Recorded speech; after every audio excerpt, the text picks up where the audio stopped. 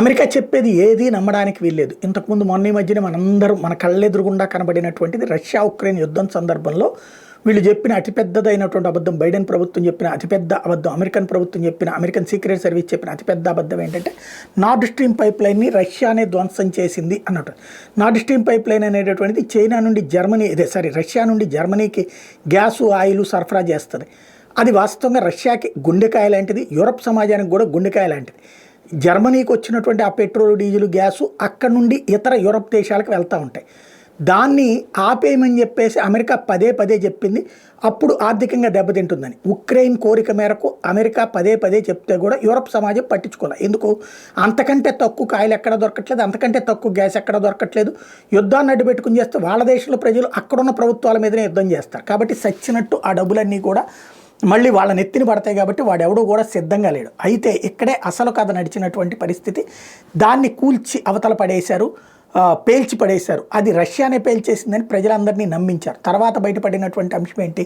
జర్మనీలోని Nord stream pipe line ధ్వంసం వెనకాల Ukraine ఉంది, అమెరికా ఉంది, పోలాండ్ ఉంది అన్నటువంటి విషయం బయటపడింది. అమెరికాకి సంబంధించినటువంటి డైవర్లు, ప్రత్యేకమైనటువంటి ఎక్స్పర్ట్లు పోలాండ్ వాళ్ళ సహాయంతో వెళ్ళి పేల్చారు. ఉక్రెయిన్ పర్యవేక్షించింది అన్నటువంటి విషయం, ఆయుధాలు ఇచ్చింది ఉక్రెయిన్ వాళ్ళకి అన్నటువంటి విషయం బయటపడింది. అంటే వాళ్లే ఒక తప్పు చేసి అది ఎదురోళ్ళ మీద రుద్దుతారు. ఇదే తరహాలో గతంలో జరిగినటువంటి ఒక అంశం ఇప్పుడు ట్రంప్ వచ్చిన తర్వాత సిఐఏ రిలీజ్ చేసిన ఓల్డ్ డాక్యుమెంట్స్ విషయంలో బయటపడింది. డీక్లాసిఫైడ్ అంటారు దాన్ని. సిఐఏ డాక్యుమెంట్లో 1960లో యుఎస్ మిలిటరీ అమెరికన్ ప్రజల్నే చంపాలనుకుందంట.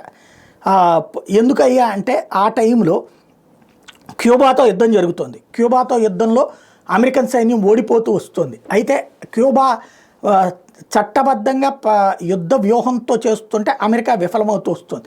కాబట్టి క్యూబా మీద ఏదో ఒక తప్పుడు ముద్ర వేయాలి. అంటే సైన్యం యుద్ధంలో క్యూబాని గెలవడం అసాధ్యం అవుతుంది. కాబట్టి క్యూబా సామాన్య ప్రజల్ని చంపింది అన్నటువంటి ఒక ఆరోపణని సృష్టించడం కోసం, తద్వారా అప్పుడు భారీ ఎత్తున ఏ అణుబాంబులు వేసినా పర్లేదు, లేకపోతే అతిపెద్దదైనటువంటి ఆయుధాలు లేదా అప్పుడు వారిని సీరియస్గా తీసుకెళ్లేటటువంటి డ్రామా సృష్టించడం కోసం అని చెప్పేసి వీళ్ళందరూ కలిపి క్యూబాకి సంబంధించినటువంటి క్యూబా చంపింది అన్నటువంటి పేరుతో వీళ్ళే ఒక షిప్ని యుఎస్ సోల్జర్సు గొంటనామో దగ్గర ఉన్నటువంటి బే టు బ్లేమ్ క్యూబా అన్నటువంటిది ఏదైతే అక్కడ ఉన్నటువంటి గొంటనామో దగ్గర షిప్ని ధ్వంసం చేసి అది క్యూబా మీద ఆరోపణ చేద్దామని ప్లాన్ చేశారట. అంటే సాధారణ ప్రజల్ని చంపేసింది క్యూబా, ఇట్లాంటి రాక్షస ప్రభుత్వం అని చెప్పడానికి. లైక్ మొన్న కనుక హమాస్ తీవ్రవాదులు వాళ్ళ ప్రజల్ని వాళ్ళే చంపి తీవ్రవాదుల చుట్టూతా సాధారణ ప్రజల్ని పెట్టి చివరికి ఆ తీవ్రవాదుల్ని చంపితే ఆ టైంలో సాధారణ ప్రజల్ని ఆ తీవ్రవాదులు అడ్డం పెట్టుకుని వాళ్ళు చచ్చిపోయిన తర్వాత అదిగో చూసారు అన్యాయంగా అమాయకంగా చంపేశారని చెప్పి ప్రపంచాన్ని ఎట్ట నమ్మించారో అట్లా చెయ్యాలని ఆ రోజుల్లోనే అనుకున్నారట. దీనికి సంబంధించి చివరికి అమెరికన్ సైన్యాధికారులు జాయింట్ చీఫ్ ఆఫ్ స్టాఫ్ 1962లో ఒక ప్రపోజల్ని అధ్యక్షుడు జాన్ ఎఫ్ కెనడీ ముందు ఉంచారట. దాని మీద మిలిటరీ అధికారులు అందరూ సంతకం పెట్టారంటే ఇట్లా చేద్దాం, మన షిప్ను మనమే పేల్చేద్దాం, పేల్చిన తర్వాత అది క్యూబా అని చెప్దాం, తద్వారా భారీ అటాక్ చేసిన ప్రపంచం ఏమీ అందో అన్నట్టు. బట్ జాన్ ఎఫ్ కెనడీ దానికి తిరస్కరించాడంట. మన అమెరికన్స్ని మనం చంపుకోవడం ఏంటి అన్నటువంటిది. ఇప్పుడు ఆ విషయం తాజాగా బయటకు వచ్చింది.